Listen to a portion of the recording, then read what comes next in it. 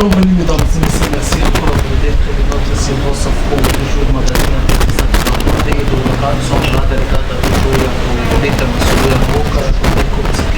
de l'actualité, sur l'actualité sur l'arrestation provisoire de Vital Kamerhe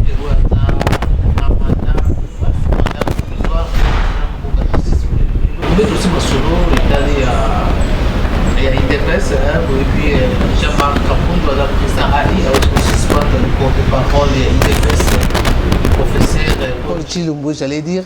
Donc voilà, on va un peu tout me gâteau sur la pour tout sur la nani, tout sur la na, mais c'est Kabasele ou Ampanga, ou tu es biqué non, bon, bazan na structure moro basala qui pour défendre IDPS, on va bien en sauver IDPS, mais ça rappelle. Marc Abond de 72 heures jusqu'à présent, suite à Banarate, Bakoma Boni Boni, de là encore Jean-Marc Abond a aussi suspendre le Chili. Alors, on va sur la sans plus tarder.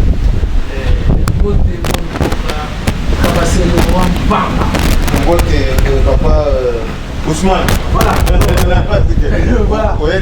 Voilà, tu es sur solo là, ma solo ya Mboka, ma solo ya IDPS.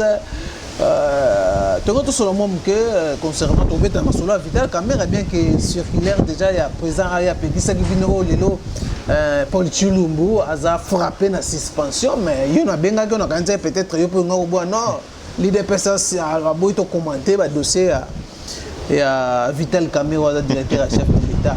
Alors on a invité surtout na yo to beta mais to beta na masolo ya 72 heures. Boupessara Jean-Marc Kapound a démissionné. Jean-Marc 72 heures et les clients tout na un mois. Oui, je pense oui. Un mois déjà, suite payé banarate. Na lingi na répondre d'abord base na biso parce que questions opposées ça concerne la base. Voilà. Parce que l'ito tozo bunda ils pour na bisoté. L'ito tozo bunda ils pour na état de droit, respect des textes, il y a oto bengi parti politique na biso IDPS. Voilà. C'est parti bijou que nous devons protéger avec amour et jalousie. Pourquoi? Parce que ils ont un patrimoine en commun, ils ont un patrimoine national batikeli biso. Alors tant aux opposés questions, tu peux que 72 heures, tozali ban mikete base. Tozali ban ya Tshisekedi.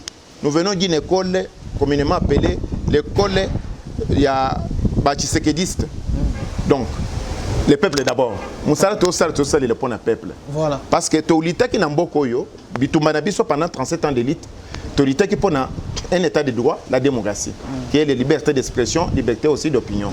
Alors tobanzi que tozana isengo mingi comme on a que justice en boka et bandi ko pese biso ici. D'abord ba marquer la biso, ba père fondateur la biso place ba pays, bazali na moi ici.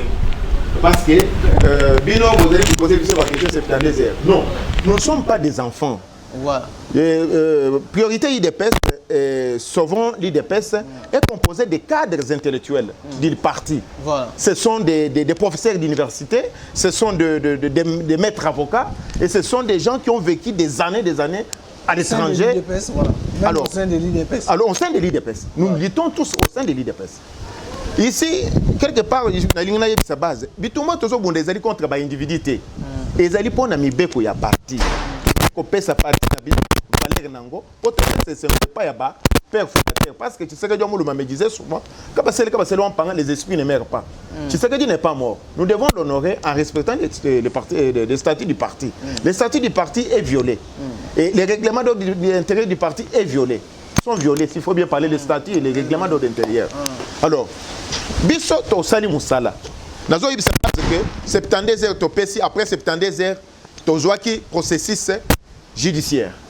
Judiciaire pour na kolobake, il faut trop priser ba processus nyonso qu'il faut pour que to mettre komana la justice. La base que to épuiser en gros. Na face na biso on s'est retrouvé avec des gens qui sont des illégaux, d'abord les irréguliers. Ils vivent dans une situation irrégulière. Ils sont dans une situation d'irrégularité.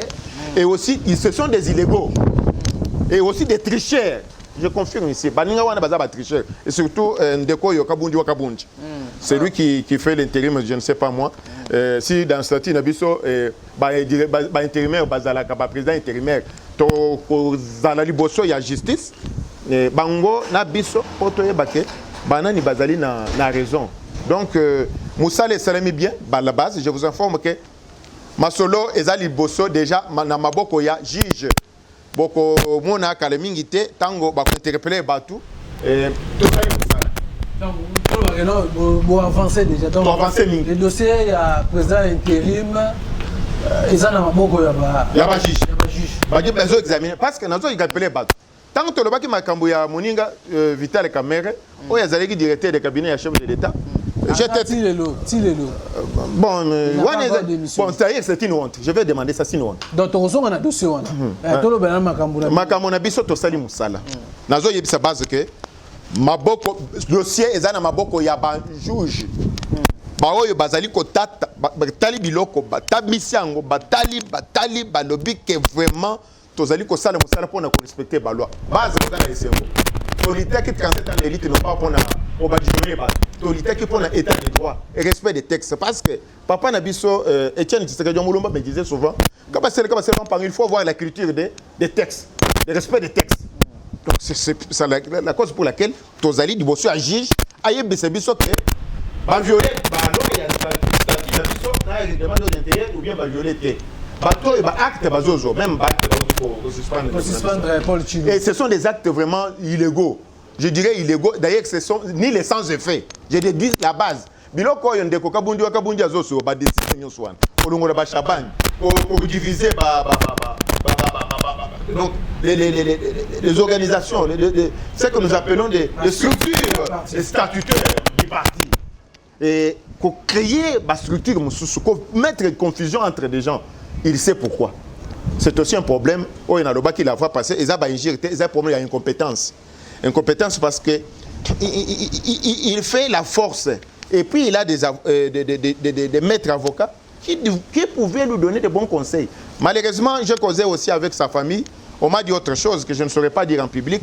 On pense que cause à la Miki, il y a parfois. On est tout Miki. Parce que tout le monde est tout.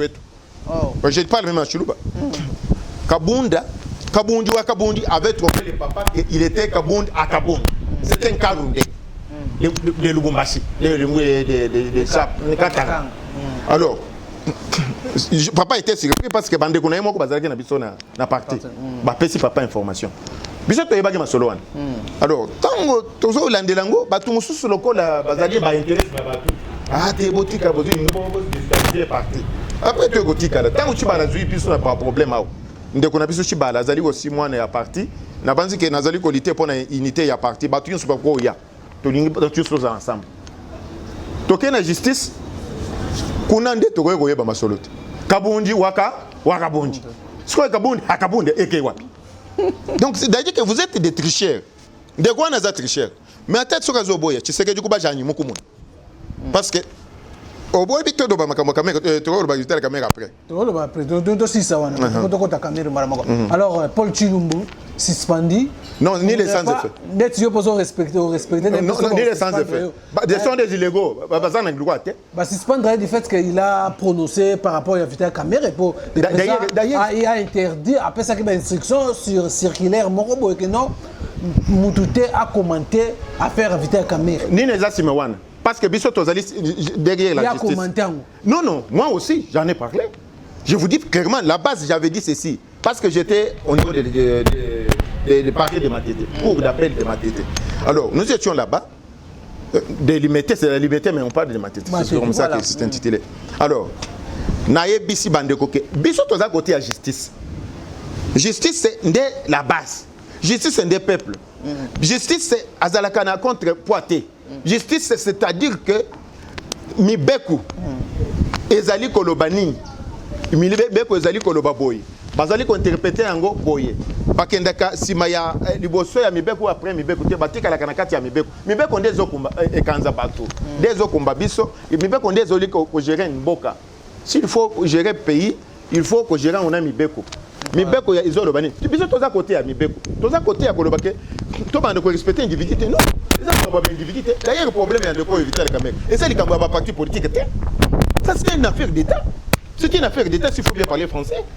Ça, c'est une affaire d'État. Donc là, on ne peut pas interdire quelqu'un à donner une opinion. Non, on ne peut pas interdire. Nous sommes dans un pays de droit. Nous sommes dans un pays qu'on appelle un pays démocratique. Chacun est libre de son opinion. On ne discute pas pour les opinions des gens. Parce que c'est la démocratie. Comment vous pouvez dire que quelqu'un qui prend décision, il y a opinion n'angaï, oh, bah, on ne pas l'opinion n'angaï. Ça, je ne sais pas. J'avais demandé aux amis que... Hiérarchie à partir de il ne faut pas...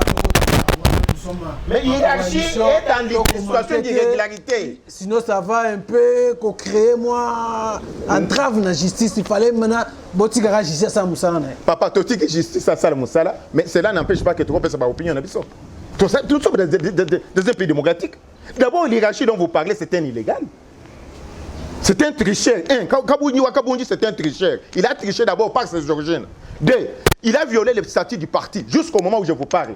Dans notre statut, il n'y a pas un président intérimaire. Ça n'existe pas. Même les esprits, vous les martyrs, dites-nous dans les statuts de l'IDPS que nous avons ici, il y a quelque part où on marqué président intérimaire. Ça n'existe pas. Deux, les mandats qu'on lui a donnés, je ne peux pas même parler de mandat, parce que c'est un mandat qui sera calculé devant les juges. Ces mandats, c'est pour un temps. Ça fait un temps, ça fait durer. On ne peut pas essayer d'attacher à un mandat. Je sais, il y a un document que vous êtes allé voir, je ne sais pas, je ne peux pas dire les choses ici. Mais, vous allez là, il faut la justice. Vous gagnez. Parce que ce sont des financements, la justice, il faut un peu de Covid,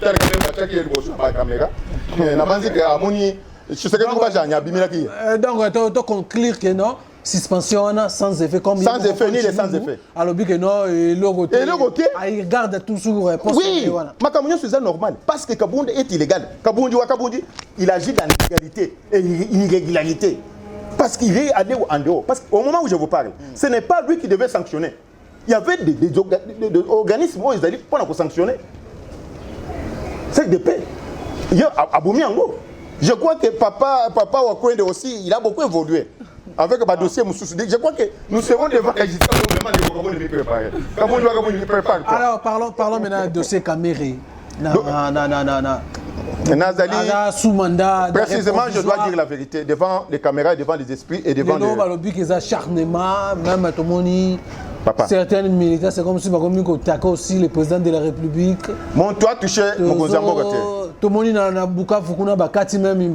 On a déjà besoin de la justice. On ne peut pas jouer avec le fusil du chef de l'État. Le chef de l'État va répondre. C'est un symbole. C'est un organe suprême, c'est un organe vraiment qu'on ne peut pas toucher comme ça. On doit respecter le chef de l'État.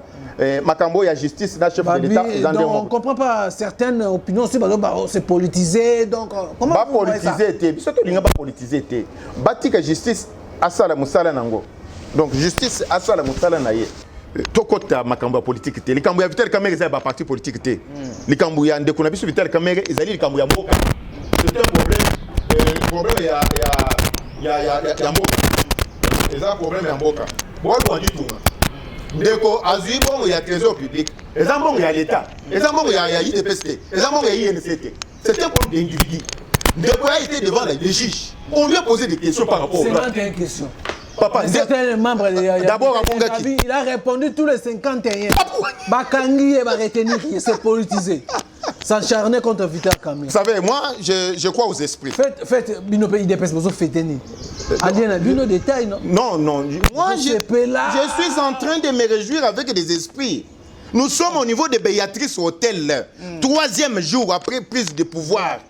Par notre IDPS, je parle de l'IDPS. Parce que le président qui est là, il est président de tout le monde, mais il vient d'une base, d'une souche sociale, d'un parti politique communément appelé l'IDPS, que je respecte. Ce parti qui a fait de moi ce que je suis, et qui a fait de mes enfants ceux qui sont aux États-Unis. Donc, je suis content de voir que Moussalo et Baparan, qui a état de droit. Le temps où toujours on a fouillé à Moussalo et état de droit, ça nous fait la joie. Alors, je voudrais parler de Béatrice. Nous sommes au niveau de Béatrice. Je suis en train de somnoler. 3e jour. 3e jour. Avant que la cour confirme. Confirme ma solo. Déjà, aussi, tous les ma solo. Nala limuke, dans mon imuki chimujani. Tu sais que tu vas moulum. Koubajani. Il m'a parlé, il me dit, quand c'est loin par non, non, chilongo, non, boboja, nyokamo, munzu. Ça veut dire que, yonan de konaye bokotisi, nyokana, nanda. Na yebaki nyokazali, nine. Nakatum, non. Na tuni batu tozaki na bango. Na kosite comme ya batu. Il y a un angai comme on a Akoufi Mouchkishikubajani. Il s'appelle Gilbert Mundele Yacheri. Na yebisi. Tazaki Nandeko Moko, il s'appelle, c'était un commandant militaire, c'était un colonel militaire, il s'appelle Katumbaï. Il était avec moi là-bas. Je lui ai aussi parlé. Je crois que j'aurais parlé ça à notre beau-frère François Moi. Alors, Baninga Moussousou, il y a pour apporter parce que diaspora n'a pas divisé. Kaboundi, mais Kabouria, parce qu'il faut diviser diaspora. Parce que Bazali, tu vas intérêt à Miké. Or, tous allez qui vont la diaspora, n'a expertise à Bossal. N'a pas ici Baninga, va lutter. Comment c'est? Yo so bande pas problème, vous êtes Kakaboy. Yo so bande pas problème, tu dis que au pouvoir, vous bande pas problème. Tel pas Kambozo le Boine. Comme on m'avait grondé, les gens ont fait des bruits, j'ai laissé. Aujourd'hui, nous sommes où? C'est tout le monde qui m'appelle, non? Non, appelé Tshisekedi Koubadjani. Parfois, il est ici avec moi. Je crois que c'est lui qui est en train d'écouter. Il faut remercier Tshisekedi Koubadjani. Parce que Tshisekedi... Si on ne laissez pas... L'autre, le dernier numéro de Sala Kiwana, on va dire serpent au Kolobango. Serpent sur les serpent qui est en prison, non? Serpent, ils sont en prison. Serpent, il est en prison. Batcheke directeur de cabinet. Par rapport encore, il y a eu tout ça qui na Kenya. Et c'est là que tu as une majorité dans le Parlement. Tu as eu un côté. Il devait devenir Premier ministre. Et c'est là qui était. Mais comment directeur de cabinet, on doit quoi sur confiance quand même que pendant un moment difficile, tu me souviens, Baniga quitté, pas à la nabitude au Yak.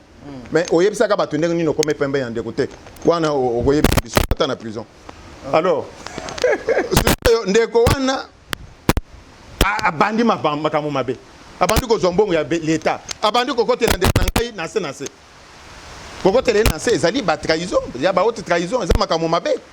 Donc ba ici, ba Jani, ba Santou, ils se sont réveillés pour dire que le comité de justice. Mais pourquoi vous sepeli dans tout le monde a des personnes vous sepeli état de droit bandit, ba msou ba pesi ba candidature na baza candidat na poste ya directeur à cabinet. Au moment où baza na raison les acharnements. Non, les acharnements. Les politisés. Déjà il y avait des problèmes, il faut na la vérité,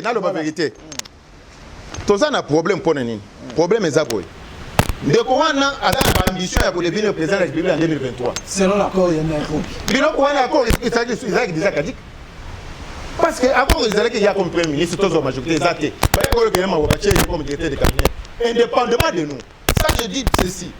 Le président de la République, son excellence Félix Antoine Tshisekedi, de par sa nature, c'est un homme bien. Bande Kouboli Misangaï, n'avant du côté à Moutouane, n'avons le bar on a sentiment. Je ne mange pas chez lui. Je n'ai pas de choses. C'est mon grand frère d'abord, avant d'être président de la République. C'est mon grand frère. Je suis capable de faire Wampang. N'toutouane même. Parce que Yowan Massemo, ce sont des ben mouillons. Je dois être sincère. C'est comme il m'a appelé Benapouka. Alors, là, je me dis que c'est mon frère. Et puis, c'est mon chef. Parce que dans le niveau de la partie politique était notre président. Moi, je suis le fédéral adjoint de l'IDPS aux États-Unis d'Amérique. Et aussi, directeur de la campagne aux États-Unis. Et l'initiateur du projet, comme il m'a appelé, comme du USA, dont vous avez vu les sondages Bercy. Parce que nous avons dit que nous avons besoin de l'aéroport. Donc, c'est pour l'exploration. Donc, combattre pour une cause juste. Nous avons besoin de le courant a une ambition pour se rapporter en déconnaissance. À Tchabiso, Baka les belés. Donc, ça dit que ton demi aïe, ton limite aux ensemble, a bandit aux allants, esprit moussous, les rongés pour moni, bambon rwanda, ezali, namaboko, yaye. Biso to kolobate. Je sais ça lobby papa parce que il y a rien de prison.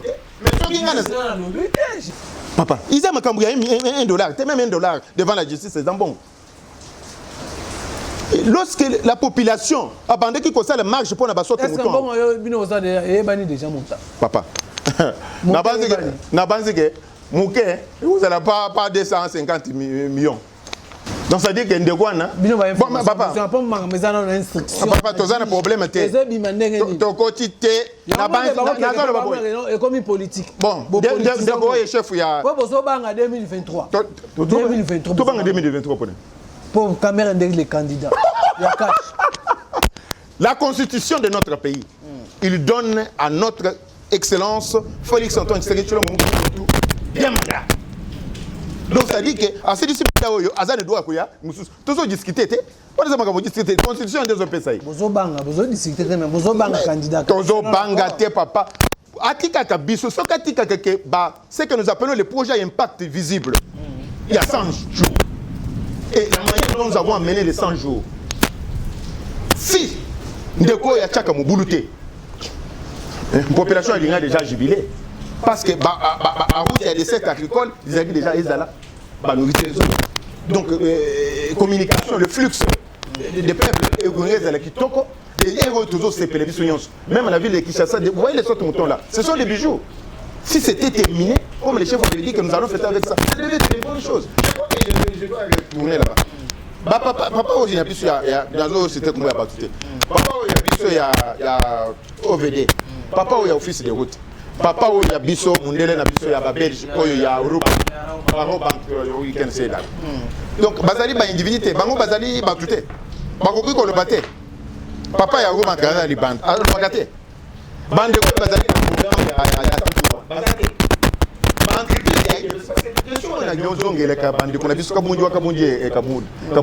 nous sommes en condition quelles sont les entreprises de marché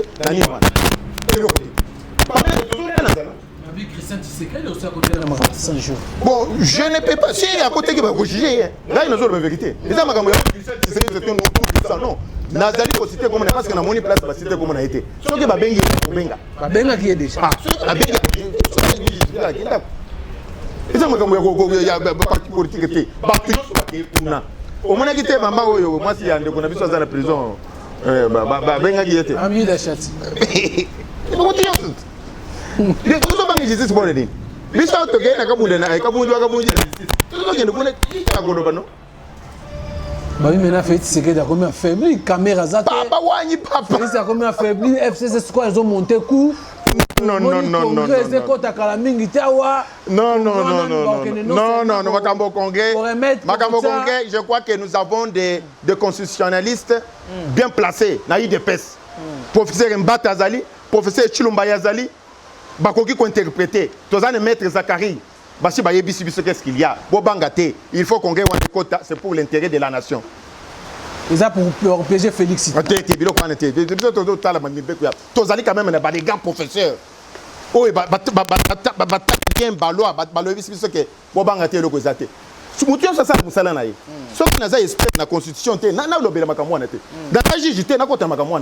si vous allez me parler de la création des entreprises. Il y a caméra, il y a côté. Papa, organe sur le Ezali a bien été. Ozali n'a qu'à tirer entre-temps, tu commences à avoir des ambitions de devenir aussi président de la République. C'est quoi ça? J'avais demandé dès le début qu'il y a quelque chose dans le cours du roi qu'il faut revoir. Parce que j'avais déjà vu ces choses-là. Les gens ne m'ont pas écrit. Je ne suis pas contre le cannabis sur caméra, mais acte n'a à répondre devant les juges. C'est tout. Et ça, vous êtes d'accord à retenir papa, mais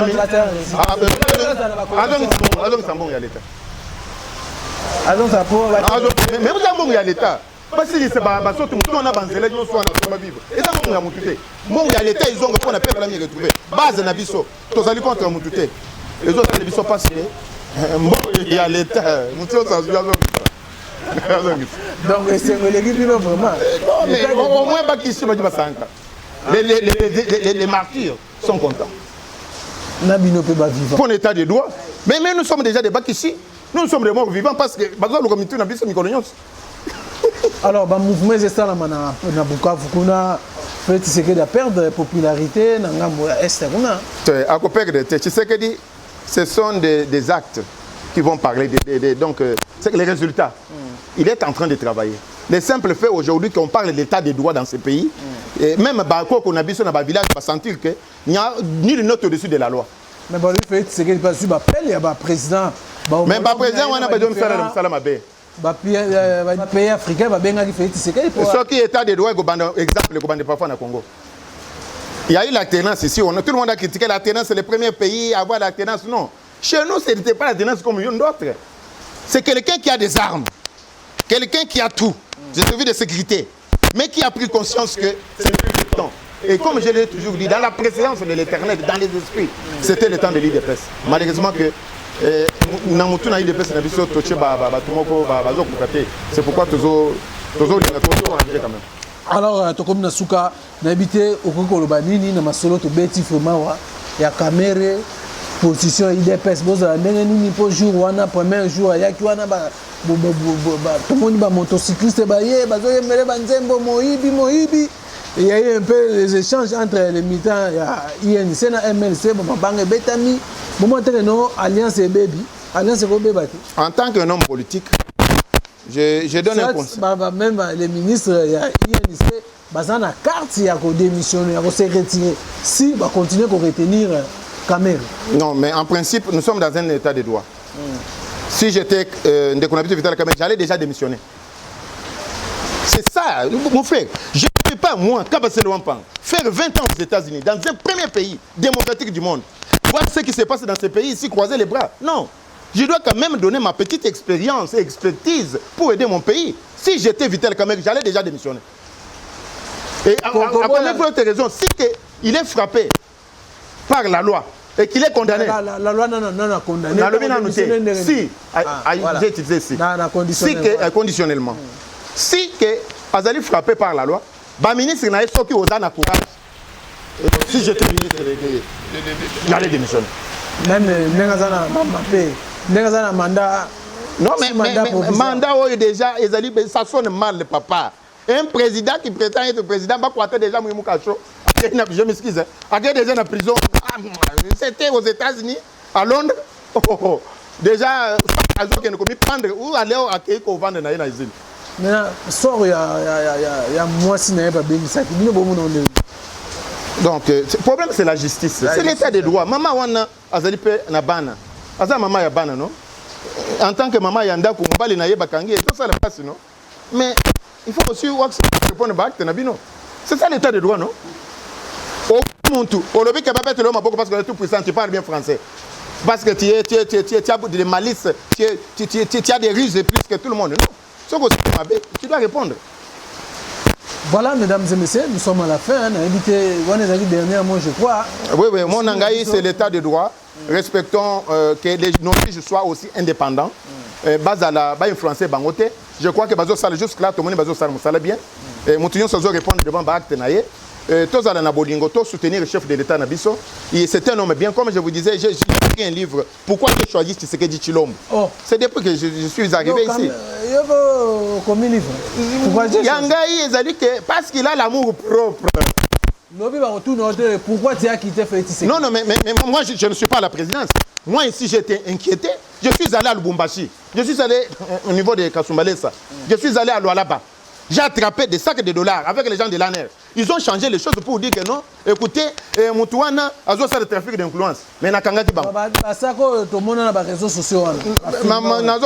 Parce que 5 minutes, c'est la vérité. Tout le monde a fait la vérité. Bangoné basala qui pour embrayer ngai pour que bacha ngai barrière mais basala qui ngai bien ba pesi ngata ya pour travailler. Aujourd'hui, je crois que il doit y avoir d'ici 24 entreprises que je vais mettre d'ici là pour que mukunzi place ko bando ko seka la base nazolo na monokôté biloko euti ko ya na boye ko sema kelele nazo bisoke ko kena na bino na caméra ba caméra na bino ko zala eza biloko monokôté et puis base boko sepela to ko tala kaka eza biloko ya États-Unis hein eza biloko euti kaka na nzela te biloko kitoko ya ba munde ba pirate te ngwanzo te 24 entreprises 24 entreprises zo ba na 24 domaine nyonso na koki ko vous êtes bango na ba ko yeba on va donner du travail à la base on va produire pour votre information en Mouzumaï chez nous là-bas on vient de me donner plus de 80 hectares. Je crois que je vais mettre ça. Papa, merci. Ce n'est pas parce que Bagangi Vital Kamerhe. C'est parce que les gens ont vu que tu sais que du coup, a parlé à moi. Ah, Papa Singaï, gratuitement. Parce que quand on a. Non, tout le monde, fragilisé, parti. Et IDP, c'est coalition. Mais les lots, Mouzi, pareil. Donc, Nazali, qu'on se fait répondre, doit répondre. Voilà, mesdames et messieurs, on est fini. Merci de venir sur Bouzaki Bakwa Rolanda Bisso. Merci na Francis Paka, na ba caméra et puis na montage kuna. Tokutani, Mbale Asima, portez-vous bien. Bye bye. Merci.